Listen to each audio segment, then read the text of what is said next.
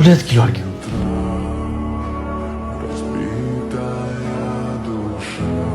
ልጄ አቤት። አንድ ነገር መጠየቅ እችላለሁ? ትችላላችሁ። ምን ነበር? ውስጥ እንደገዛሁ ተመሳሳይ ቲማቲም እሷ ጋር እያየ ለምን አለፍክ? አላውቅም፣ ግን ለምዶ ነው ቢመሰለኝ። እቺና ደንበኞችን እየጠበቀች አይደለም ደግነትን እንጂ። ያንተ አንድ እይታ ነፍሷን መመገብ ይችል ነበር። ልጄ በዝምታ ውስጥ ያሉትን ልቦች አስተውል። ዓለም ውስጥ ካሉት ሳንቲሞች በሙሉ ደግነት ይበልጣል። እቺ ምስኪን እናት ጉሊቶችን ሳይሆን ተስፋን ይዛን የተቀመጠችው። ልቦች ማስተዋል ሲያቆሙ ይጠፋሉ።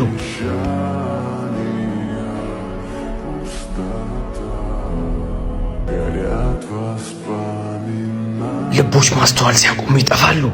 የተወሰነ ገዝተን እንሞክር። ማዘር ቲማቲም ፈልጌ ነበር። ፍሬሽ ናቸው? አዎ፣ እንደምትመለከተው ቆንጆ ቲማቲሞች አሉ። ስንት ኪሎ ላደርግልኝ? አሪፍ ነው የምትሉትን ግማሽ ኪሎ አድርጉልኝ። እሺ፣ ችግር የለውም ልጄ።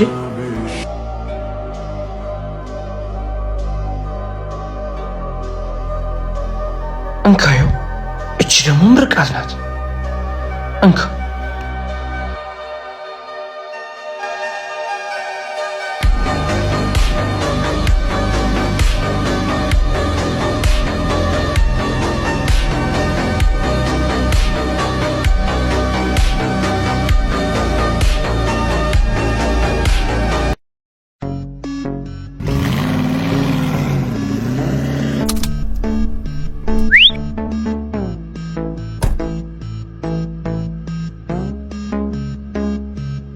እዚህ ሰፈር ባለሀብት እንዴት ሊመጣ ቻለ?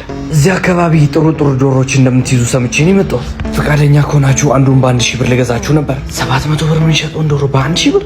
አንድ ብቻ ለመግዛት አይደለም የመጣሁት፣ 100 ዶሮዎችን ነው የምፈልገው። አሃ አስቆምን መሰለኝ። ወንበር ላምጣል።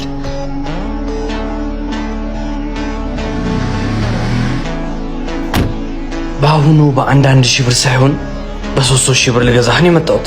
3000 ብር እኮ አንዱን ትላንት በ1000 ብር፣ አሁን በ3000 ብር። ለምንድን ነው እንደዛ የምንሸጥልህ? ጥሩ ብለሃል፣ ግን በአሁኑ 400 ዶሮዎችን ነው የምፈልገው። 400 የሚያክል ዶሮ የለኝም። ከየት ነው የምመጣው?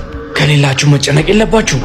ሌላ አስፈር ሄጄ መግዛት ይችላል። ወይ እኛም ነጋዴ ነን፣ ለእኛም ማሰብ አለብህ። የሁላችን ቢሰበሰብ 400 ዶሮ ይሞላል። በትክክል የሁላችንም አንድ ላይ ቢሰበሰብ 400 ይኖረናል። ይሄ ሰውዬ ግን ምንም እያማረኝ አይደለም። ለምን አምረም? ይሄ ሰውዬ እኮ የሬስቶራንት ወይ ትልቅ ሆቴል ሊኖረው ይችላል እኮ። በዚህ ሁሉ ብር የእኛን ዶሮ ለምንድን ነው የሚገዛው? እሱ አይደል ጥያቄው? እነሱ ሀገር ውድ ነው እንቁላል። አልተዋጠልኝም። የራሱ ጉዳይ ነው። 100 ትችላለህ ከፈለግ። በደንብ እየተጠቃቀምን ስለሆነ በጣም ደስ ብሎኛል። እኛ አካባቢ ላይ በደንብ እየተሸጠ፣ እናንተም በዛው ልክ ትርፍ እያገኛችሁበት ነው። ምን ነበር ያልኩ?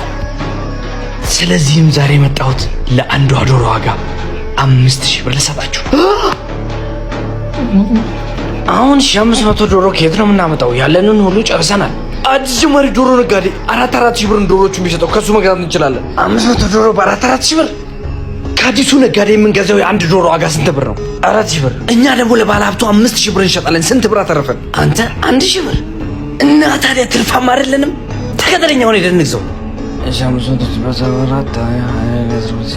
በቃ እሺ ይሁን። 500 ዶሮ በ4,000 ብር ሸጥላቸዋል። እንወስዳለን። ይኸው ከጎደለ እንተሳሰባለን። እሺ ምን ብናደርግ ነው የሚሻለው? ምንም ላደርግ አልችልም። አሁን በድሮ ዋጋችሁ 700 ብር ነው የምገዛችሁ።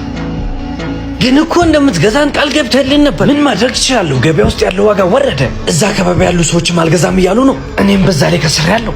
ስምምነታችን ፈርሷል። በቃ መሄድ ትችላለህ። ይቅርታ፣ ምንም ማድረግ አልችልም። ከሀብታሞች ይሄው ነው የሚጠበቀው። ይታይ እንጂ እኛ ብቻ አልከሰርንም፣ እሱም ከስሯል። አባዬ ባለ ሀብቱ ሆቴልም ካፍቴሪያም አልነበሩትም። እሱ ቢዝነስናም ብቻ ነበር። ምን ጌታዬ፣ ሁሉንም ዶሮዎች ሽጬ ጨርሻለሁ። አውቃለሁ።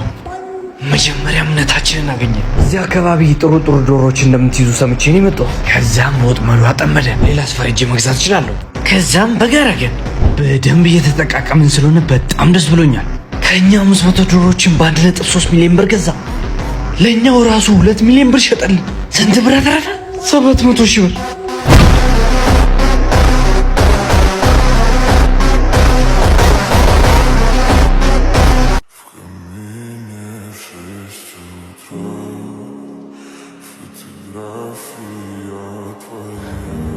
ተነስቶ ወጣ። ምን አድርጌ ነው አባዬ? ሂድ ውጣ። ምን አደረግ? ዝም በይ አንቺ። ዳይ እማዬ ልክ ናት። ያጠፋሁትን ነገር ንገረኝና ልውጣ። ያሉህን እቃዎች ጠቅላላ በቶሎ ወጣልኝ። ቆይ ምንድን ነው? ምን አድርጎህ ነው? ምን ሆነ ነው? ከፋዘር ጋር እሰጣለሁ። 1 ሳምንት ምናምን እናንተ ጋር ልቀመጥ እስከሚረጋጋ ድረስ በረዳህ ደስ ይለኝ ነበር። ግን እኛ ቤትም ታውቃቸዋለህ። እንደዚህ አይነት ነገር እሺ የሚሉ አይመስለኝም። ችግር የለው።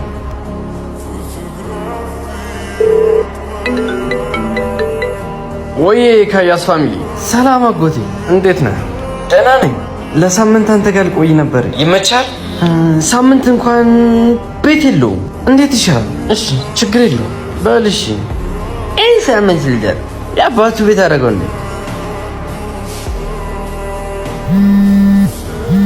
ምን ሊል ነው ደግሞ?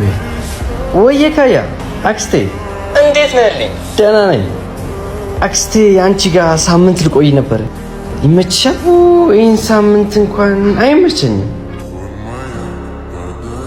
ኧረ የሰው አይን አውጣነት።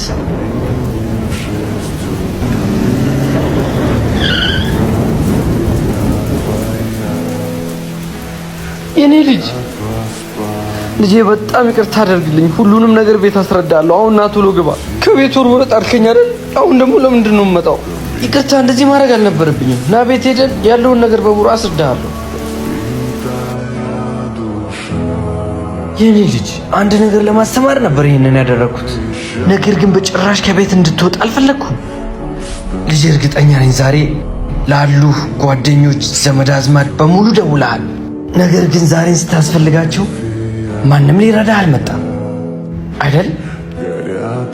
በህይወት ውስጥ ሁልጊዜ ይህንን አስታውስ። ማንም ሰው ከጎን ሊሆን የሚችል ሰው የለም ከቤተሰብ ውጭ። አመሰግናለሁ አባዬ። ለሁሉም ደውዬ ነበር ግን ሊረዳኝ ማንም ሰው ፈቃደኛ አልነበረም።